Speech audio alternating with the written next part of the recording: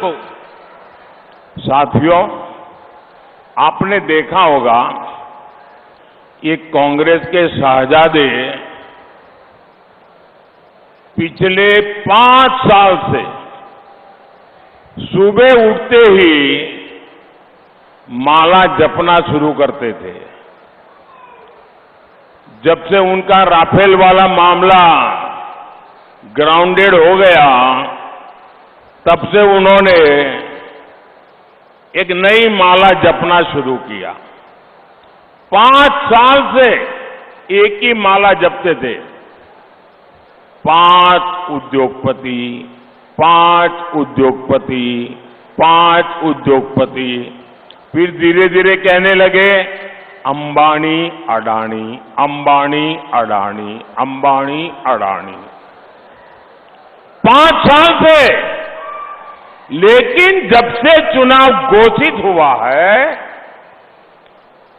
इन्होंने अंबानी अडानी को गाली देना बंद कर दिया।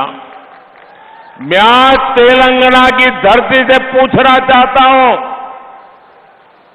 जरा ये शहजादे घोषित करें कि चुनाव में ये अंबानी अडानी से कितना माल उठाया है, काले धन के कितने बोरे भर करके रुपये मारे हैं, क्या टेम्पो भर करके नोटे कांग्रेस के लिए पहुंची है, क्या सौदा हुआ है।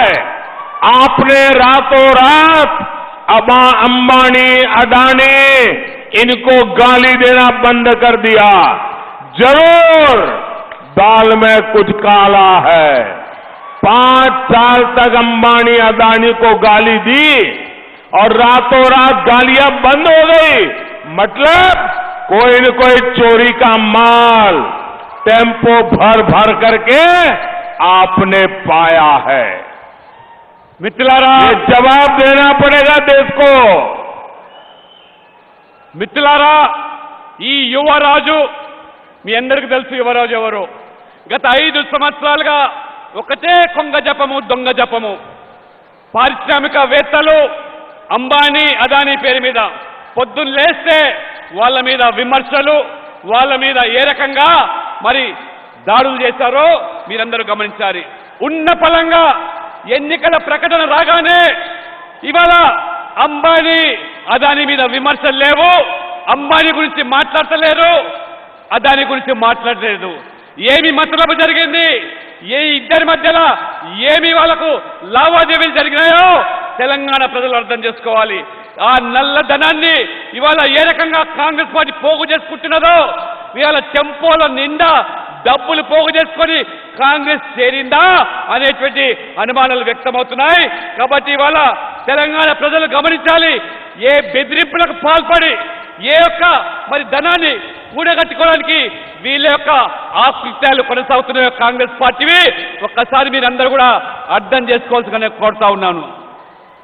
साथियों, कांग्रेस और बीआरएस के बीच जो अपीजमेंट का बॉन्ड है वो बहुत मजबूत है।